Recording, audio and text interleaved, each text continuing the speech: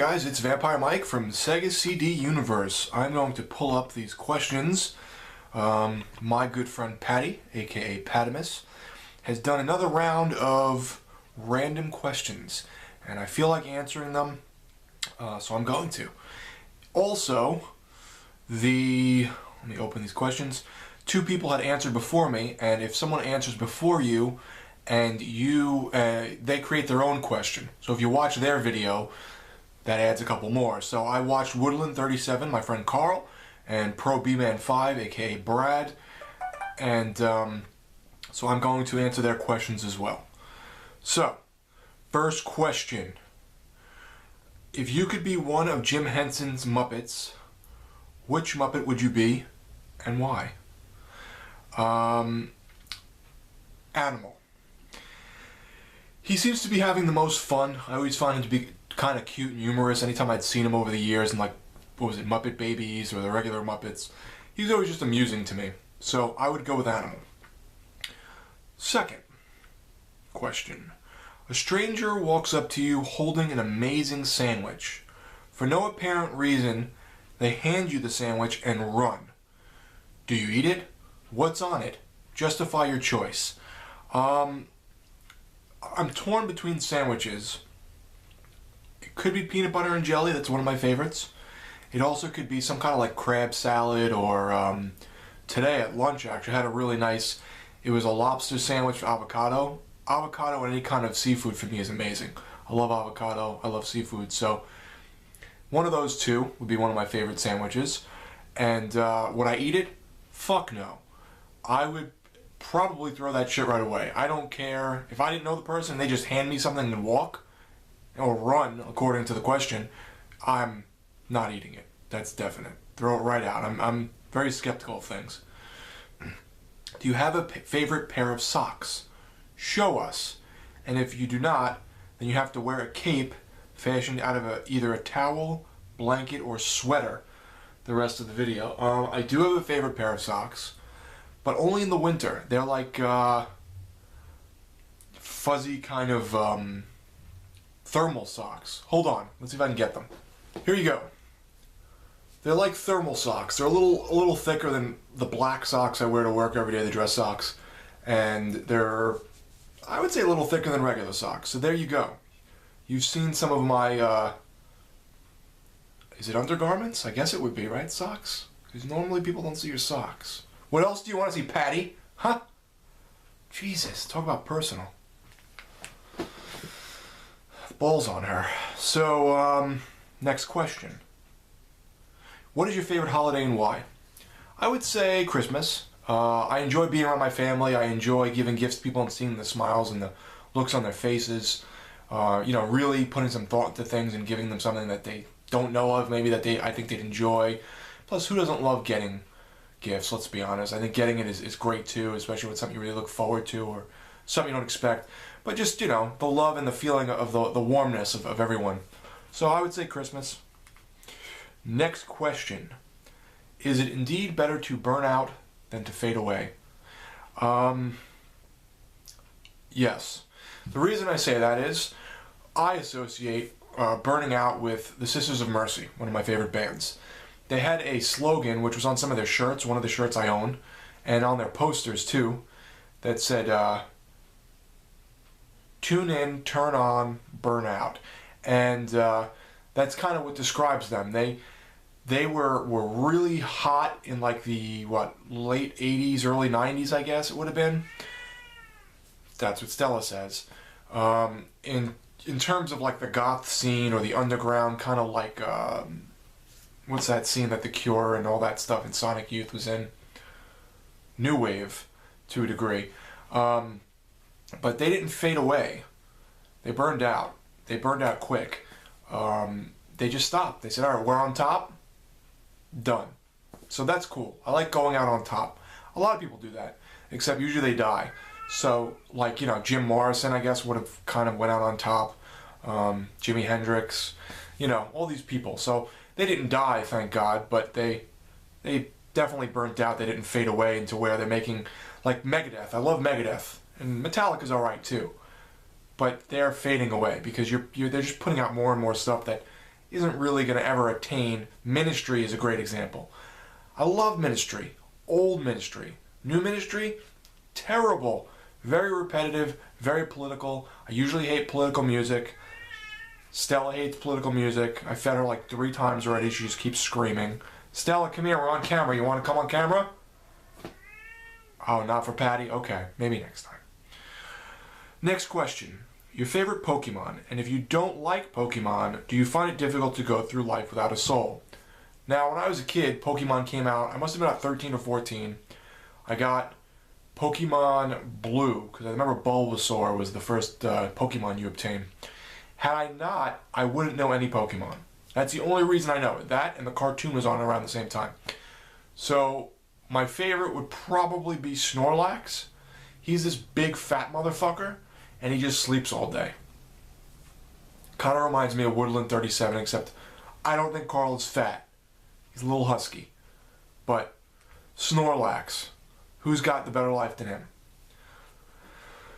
Doesn't go to work either, I don't think. It sounds like most of the people I know. Let's see here. Next question. You have the power to telekinetically control any household appliance. Which one is it? Anything from dishwasher to toaster, etc. My first instinct, and I go by this definitely, would either be coffee pot or espresso machine. Except I'd want to be able to control the ingredients as well, because I don't want to just turn the coffee pot on and off with no ingredients, no coffee, no water.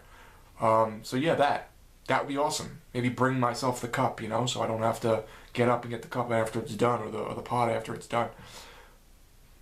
Coffee. Next question. Are we all just dust in the wind? According to Bill and Ted's Excellent Adventure, we probably are. I think they gave that quote to Socrates. They had said to him, "We're all just dust in the wind, dude. Dust in the wind." And then they blew the ashes out of their hand, and he did it, and he was like, "Oh," and then he went with them in the time booth, and then boom, or the phone booth, and then that was it, they were gone. So according to them, we are. This was a fucked up question for me. You have the power to remove one thing from this world. It could be a person, a substance, a concept, anything. But removing it erases it from history, current or future. So the butterfly effect is on the table. Do you risk it? So everyone's usual answer is like hate, anger, cancer, AIDS, Hitler. These are all answers that I think most people would come up with. There's something in life that, this is going to sound kind of strange. I think this was God's biggest mistake, if there is a God, if you believe in God. I am not against there being a higher being. I just don't really believe in much organized religion. But that's neither here nor there. That's just my personal beliefs. What I think they should have removed before it came to be, the human orgasm. I apologize if you're a child watching this and you don't know what that means. Don't look it up. Or ask your parents, maybe. If people didn't have a sexual, physical sensation tying in with physical intimacy and sex, then all these fucking assholes who are just going around having kids with women and leaving them, or having kids and then giving them up for adoption because they don't care, not because they can't afford it, or maybe that too. I don't know. I don't have any kids, so I can't talk in that way. But all these things in life, rape. Well, rape they say is more of a power thing, so maybe not. But well, if you were just having sex purely to reproduce, and that was your intention, we're just gonna have sex to reproduce, you wouldn't be having sex, first off, unprotected at all, probably, because there'd be no point. You wouldn't feel anything. So maybe taking away one of life's greatest physical pleasures, but I think it would also remove a lot of idiots from this world that just go around and have kids and kids and kids, and the government supports all these kids and these, sad single mothers, and it's just, who knows, maybe it would fuck everything up. But that's my opinion. I think that it's just fucked up. It's just fucked up. And if they didn't have a physical reason to do it, they wouldn't do it. Well, that's my answer for that one. Next question.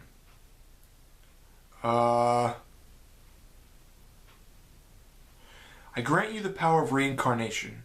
It's only good for one time, but you can bring back anyone who has ever lived, regardless of personal connection. Who do you bring back? This is a fucked up one for me too. I don't really have anyone specifically. I mean, there's many like great minds in the world that you could bring back to maybe help with society. Like, let's say, for instance, Einstein. I'm just giving an example. Not that I know much about him, but if you brought someone back like that maybe can share some knowledge or intelligence or philosophy. So you could say Socrates, and you could say anyone.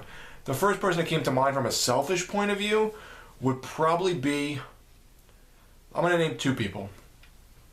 Corey Haim or Michael Hutchins, in terms of celebrities that I would like to meet or that I enjoy their work, even though Corey Haim got sick of pneumonia and passed away after many years of abuse on drugs.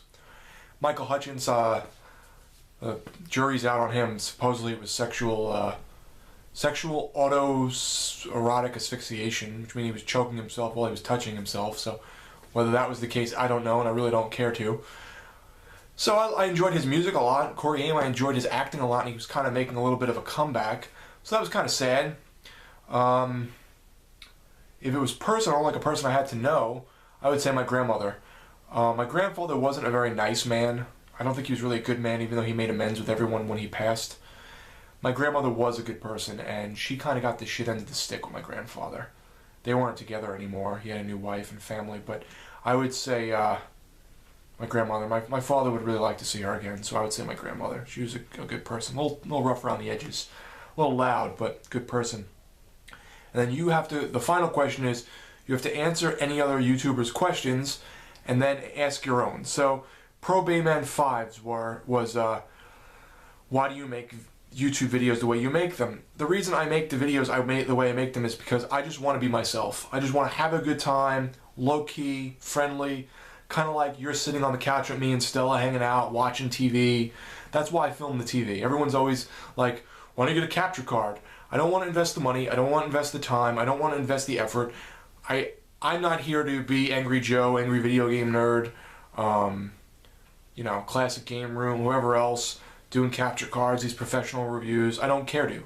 I want to do low rent, low key, low tech, like Johnny Mnemonic. Video capture with my camera pointing at TV, with me sitting here talking to you like you're my buddy on the couch, or in this case in my dining room. That's always been my thing. I want to have fun. So that's why I YouTube the way I YouTube. Carl's question was, Woodland37. Let me see here. I can find his question. He said, he kind of went on a little rant about giving homeless people money. And how he feels that most homeless people are there because of bad decisions in life. I agree. Most homeless people in America, and I would assume over the world, are in the position they're in because of drugs, drinking, all other types of bad decisions. I'm assuming some people are veterans or people who are mentally ill. There's of course always going to be that as well. I do not give homeless people money any longer. Once in a while, they'll have an animal with them, or it'll be a woman. Those two things tug on my heartstrings. Most of the time, though, especially if they look worn like they're doing drugs or they're drinking, I don't give them money. I'll say, are you hungry? And they'll say, yeah, I'm hungry. I'll say, I'll get you some food right there. It's usually like when I'm walking into a 7-Eleven, and I'll say, what do you want? And they, anything, I'm really hungry. I'll pick them up a piece of pound cake or a bag of cookies or whatever. It's usually never anything too healthy. But if they're like, no, I'm not hungry. Can I have $1? Can I have $3? Fuck that. Because if I'm giving you money and you're not hungry, you're going to spend it on crap. You're going to spend it on drugs. And I'm not there to, feed your habit. And I can't think of the word right now, but I'm just not there to do that. Sorry. Charity starts at home, in my opinion. It sounds harsh, it sounds fucked up, but it's my family, my wife, my people, and when I say that I mean my close friends. For instance, this sounds kind of weird, there's a few YouTubers, Patti included, who if they turned around and said, Mike, I'm really hard up right now, having some trouble, please loan me X. If I had it, I would. Family, friends, relatives, all that stuff. So that's another reason I don't give to homeless people. I think a lot of them do put themselves in that predicament, as fucked up as it sounds. And then the other question, who is this from? This might have been Carl too. I'm not sure who the fuck asked this. Oh no, this is my question. Duh! We have to also ask our own questions. I forgot about that. My question is, to all the people that watch this, that make a video response after me, strangest thing that you like, that you know is kind of strange. Food. Don't tell me your sexual shit. I don't want to hear that. Clothing. Anything. Games. Conversation pieces. Things you like in women. For instance, with me, if I were to answer my own question, I love dark hair, pale skin, or pale skin redheads. I don't know why. Well, I do know why. Winona Ryder and Christina Ricci for the dark hair and pale skin. My wife's very pale and fair. She says she's see-through, which is pretty funny.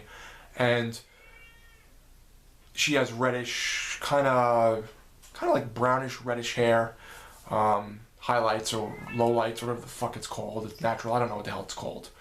So I like red hair because of her. And in turn, I like all redheads now. When I was young, I didn't like red hair. But usually, it's funny when you marry people that you... Like, I knew people that don't like blonde hair, and then they marry a blonde. You know, just, you never know what you're going to get. Who you're going to fall in love with. So, those are my answers. That is my question. Those are my answers to Propia Man 5, to Woodland 37, and to my good friend Patti. So, thanks guys for watching. Please do a video response to Pattimus. Send me the link. I'd love to watch it. Maybe leave a couple comments. Whatever you want to do. No pressure. It's Vampire Mike from Sega CD Universe. Be good.